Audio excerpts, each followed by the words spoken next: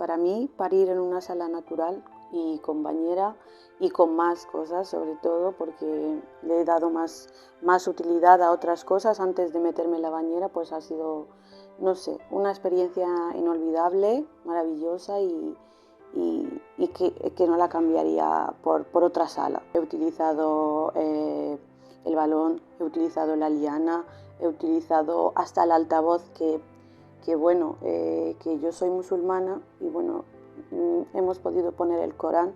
Escuchar bueno, el recitar del Corán, pues me calmaba muchísimo.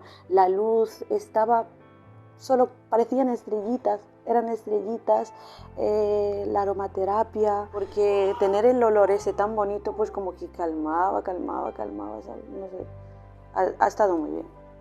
Ha sido mi primera vez y la verdad que no sé, ha sido como un sueño. De hecho, si se lo preguntas tanto a la matrona como al auxiliar, como a la gine, pues yo decía, ¿en serio ha pasado? ¿En serio lo tengo conmigo? Porque ha pasado todo muy deprisa. Ha pasado tan deprisa y yo me lo imaginaba tan doloroso, tenía muchísimo miedo, pero la verdad que no ha sido para tanto. El agua me aliviaba muchísimo y el personal estaba atento todo el tiempo en medir la temperatura. Si bajaba tan solo un poquito, pues volvían a poner el grifo a funcionar, se volvía a calentar. Me aliviaba bastante el agua. Y voy a ser segunda madre, o sea, madre por segunda vez, volvería a hacerlo dentro del agua.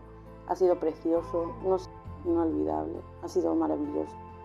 No sé, para los tres yo creo. Hasta él yo creo que salió más relajado, más calmadito, no sé. Me gustaría darles las gracias a todas las que estuvieron esa noche conmigo, se han portado, vamos, no sé, como si estuviera conmigo mi familia, pues igual.